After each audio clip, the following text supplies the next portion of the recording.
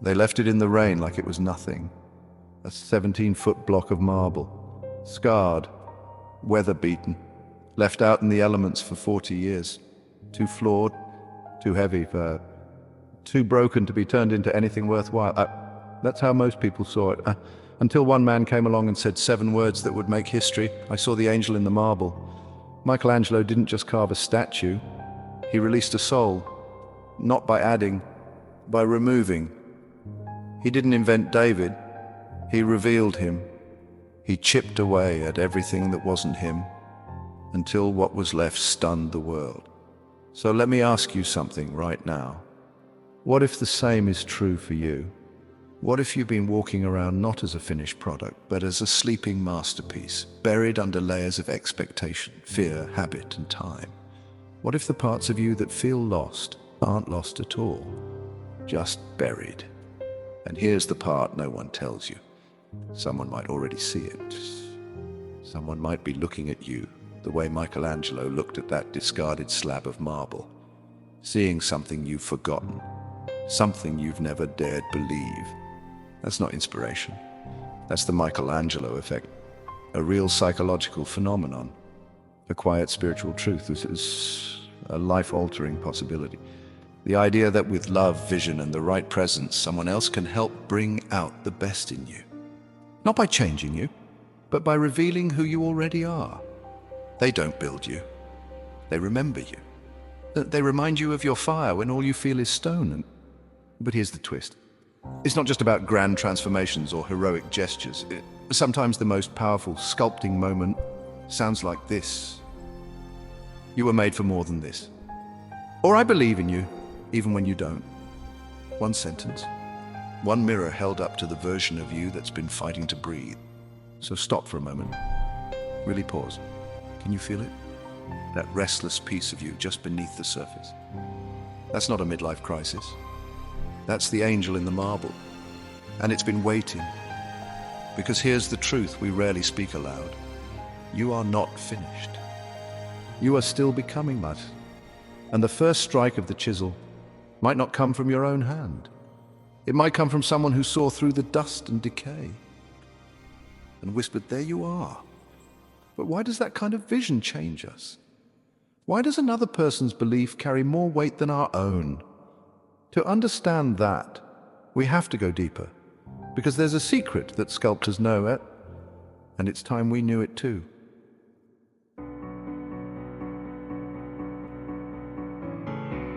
There's something strange about human potential. It doesn't unlock by force. It doesn't respond to shouting, pressure, or even praise. It responds to vision, but not your own, someone else's. And not of who you are now, of who you could be. That's the sculptor's secret. They don't see the flaws. They see the form trapped beneath them. Psychologists call it the Michelangelo Effect. When someone sees your ideal self, not the tired version in the mirror, but the person you ache to become, and starts treating you as if that's already who you are, and you rise to meet it. It's not magic. It's mapping. Your brain begins reorienting. Your identity starts shifting. Not because someone gave you a compliment, but because they handed you a compass. Imagine this. You're in a room lined with mirrors. Most of them show you as you are, aging, uncertain, maybe even a little dulled by routine. But one mirror shows the man you could be. The fire returned to your eyes, the strength in your bag, the softness in your hands that says you've made peace with who you are. And now, imagine someone walks in and speaks only to that version of you. They don't see your fatigue. They don't point out your mistakes. They look at the man in that mirror and speak to him directly. That's when the shift happens. Because deep down, you remember, that version is not foreign, it's buried. And the moment someone else believes it's still there, you want to believe it too. That's not wishful thinking, and it's neuroscience. Studies show that people in relationships where their partner affirms their ideal self, not just their current self, are significantly more likely to grow into that identity.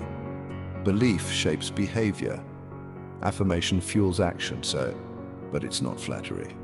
The sculptor doesn't use soft clay and praise. They use steel and precision.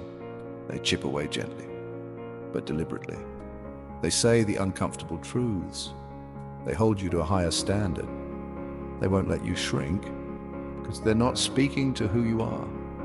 They're calling forth who you were meant to become, and you feel it and not in your head, but in your ribs, like something cracking open, like a weight you didn't know you carried starting to lift. And here's the miracle. That first crack can be enough. Enough to breathe again. Enough to shift direction. Enough to begin. But what does that look like in real life? What does it mean to be seen by someone like that? Not in theory, but in the raw, imperfect moments of real living. You're about to find out. Because sometimes the first sculptor son wears a robe, or a chef's apron, or sits behind a bench with a gavel in his hand. And when they strike, everything changes. We'll go there next.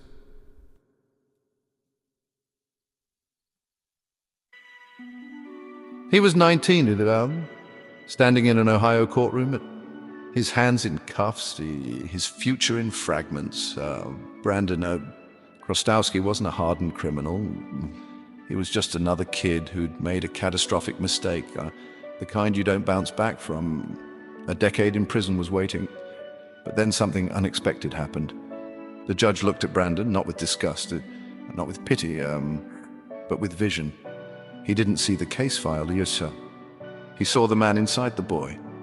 And instead of a sentence, he offered a choice, probation, a lifeline, and that was the first strike of the chisel. The second came in the form of a chef, an old-school mentor who didn't tolerate laziness, didn't sugarcoat reality, and didn't care about Brandon's past. He handed him a knife, taught him how to julienne onions and respect the heat of a pan. It wasn't a kitchen. It was a forge. Brandon began to change, not all at once, but steadily. Each shift a blow against the marble. Discipline replaced defiance. Purpose took the place of panic. And what emerged wasn't just a chef. It was a man who knew what it meant to be sculpted. A man who would go on to found Edwin's Leadership and Restaurant Institute, giving ex-convicts a second chance, just like he was once given up. A man who became the sculptor. And here's why this story matters. Because if you met Brandon at 19, you might have written him off.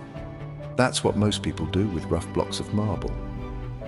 But it only takes one person, one pair of eyes that see not the crime but the calling to break that cycle. And what that judge did, what that chef did, what Brandon now does for others, it's not charity, it's artistry. Because that's what belief is when it's backed by action. It's the chisel in motion. And sometimes that chisel is quiet. It doesn't always look like redemption. Sometimes it sounds like, I stayed after class because your story moved me. Or you don't have to stay stuck here, you can come with me. Or I'm not giving up on you. We think life turns on dramatic moments. But more often it turns on someone seeing the masterpiece when we've forgotten it was ever there. And if that hasn't happened for you yet, don't worry. Because sometimes the chisel doesn't come from comfort. Sometimes it comes from confrontation. Sometimes the marble has to crack wide open for the light to get in. And when that happens, when the sculpting is violent, jarring, spiritual, it creates a shift that can't be undone. It doesn't just reshape a future, it rewrites an identity. Let me show you what that looks like. But be ready, because this isn't a tale of second chances. This is a story of something darker and something holier, all at once.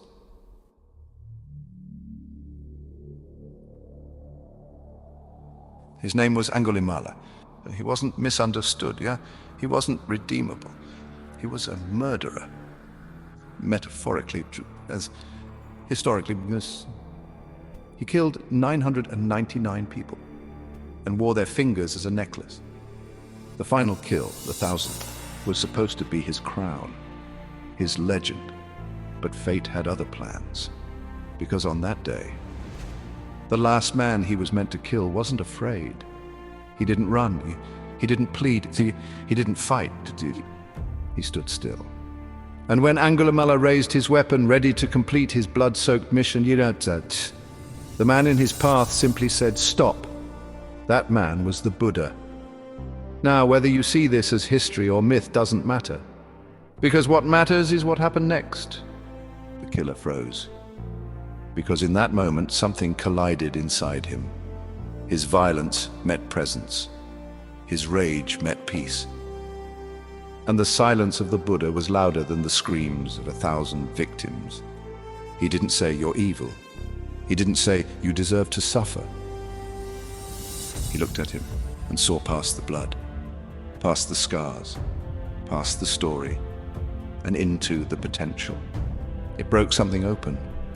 Angulimala fell to the ground, weaponless, speechless, shaken by a vision of himself he'd never dared imagine. And that's when it began. Not a punishment, a transformation. He became a monk, a man of discipline, of reflection, of peace. Not because someone forgave him, but because someone believed there was still something in him worth saving, still something in him worth revealing. That story isn't meant to make you feel safe. It's meant to make you feel stunned. Because if a sculptor could look at that, the worst parts of a man's soul, and still say, "There's more underneath," then what are you still hiding under your own surface? What shame have you decided is final? What flaw have you mistaken for your foundation? Because here's the truth. Your roughest edges aren't proof you're broken. They're just uncarved. And sometimes it takes the pressure of presence to crack them open. Not every sculptor enters your life with sandpaper. Some enter with a hammer. Some with a stare that doesn't blink. Some with a question that breaks your silence. And the deeper they cut, the more of your real self is revealed. That's what happened to Angulimala. That's what happens to all of us if we let it.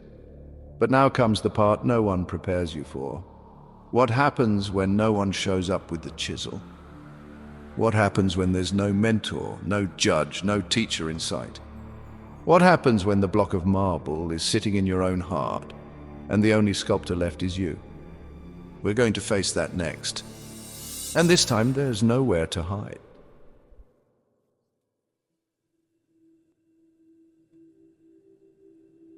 Eventually, the sculptor stops showing up. Not because they've abandoned you, but because their work is done. And now the chisel is in your hands. This is the part most people never prepare for, because it's easier to be shaped than to shape. It's easier to be believed in than to believe in yourself. But the truth is, no one can carve the deepest lines of your life for you. No one can reach the core of your fears, your patterns, your purpose. Only you know where the excess lives. Only you know what needs to be chipped away. And the terrifying part? There's no map, no guidebook, no hand to steady yours. Just you, and the marble, and the memory of who you're meant to be. This is where the Michelangelo effect turns inward. It's not someone else's gaze you need now. It's your own. You have to look into the mirror and stop seeing a finished face, and start seeing a half-formed statue, unpolished, incomplete, still becoming. That might sound like defeat, but it's actually the most powerful place you can stand. Because once you accept that your sculptor has gone quiet, you realize it's your silence that needs breaking. And when you break it, something ancient stirs inside. Not ambition, no, recognition. You don't need to create something new. You just need to remember what's buried. Like the story of the golden Buddha. A massive clay statue, unremarkable, ignored for centuries, until a drought cracked the surface. And beneath the clay, monks discovered solid gold. That's what the sculptor inside you must believe. That no matter how long it's been covered, no matter how ordinary the surface, there is something unshakably brilliant waiting to be revealed. And here's where most people hesitate. They pick up the chisel and stop, because the first strike feels like loss, like letting go of an identity, like cutting away something familiar, even if it no longer serves you. But the irony The more you let go, the more yourself you become. Becoming isn't about adding, it's about subtracting. Subtracting the fear that you're too old to change. Subtracting the guilt of missed chances. Subtracting the false belief that your best days are behind you. You don't need to be more. You need to be less of what was never you to begin with. That's the sculptor's wisdom. And here's how you know you're doing it right. You start seeing beauty where others see cracks. You start recognizing progress not by perfection, but by what you've released. You start honoring the journey as the art itself. And just when you begin to understand this, when your hands have grown strong and steady, when you've made peace with the dust and the process, something new happens. You look around, and you begin to notice other statues, still trapped, still unfinished, still waiting. People you know, people you love, people you walk past every day. And suddenly, it's not enough to sculpt alone. You feel it in your chest, the need to help someone else rise. Not out of ego, but because you now understand what belief can do. You've lived it. And now, it's time to give it. So let's go there, to the moment when your transformation becomes a gift, when you stop being just the marble and start becoming the sculptor.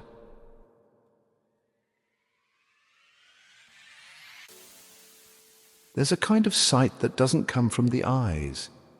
It comes from experience, from pain, from grace. The kind that lets you look at someone not as they are, but as they could be, because you've been there. You've carried the weight. You've chipped away at your own silence, and now you see it in them. The slump in their shoulders, the dust they think defines them, the potential they no longer believe in. And you know better, because someone once looked at you and saw more, and now it's your turn. You don't need grand speeches, and you don't need perfect timing. All you need is the courage to speak to the part of them that's still buried, to say what no one else has. I see the masterpiece inside you. Let's say it plainly, or say it when they least expect it. Because that moment, it might be the first crack in their marble. And from there, everything can change. But don't stop there. You don't just speak, stay. Sculpt with presence, with consistency, with the same patience someone once offered you. And here's the beauty of it. You don't lose yourself in this. You become more of who you are. Because every time you help someone else remember their light, yours shines brighter too. This is how legacies are carved. Not in stone monuments, but in souls set free. Michelangelo, even in his 80s, kept sculpting. Not because he hadn't mastered the craft, but because he believed there was still more to discover. He signed his final work with 2 words, Ancora imparo. Still, I'm learning. So are you. So are they. So are we. And if you're wondering whether this applies to you, if you're sitting there thinking it's too late, too far gone, too flawed to begin again, listen closely. The marble is still here. The tools are still in your hands. And the angel? Still waiting. So chip away. When you've revealed something beautiful, don't stop. Hand the chisel to someone else. Remind them what they've forgotten. Speak into their doubt. Strike gently at their silence and say, let's set the angel free. That's how we rise. That's how we remember. That's how we sculpt a world worth living in.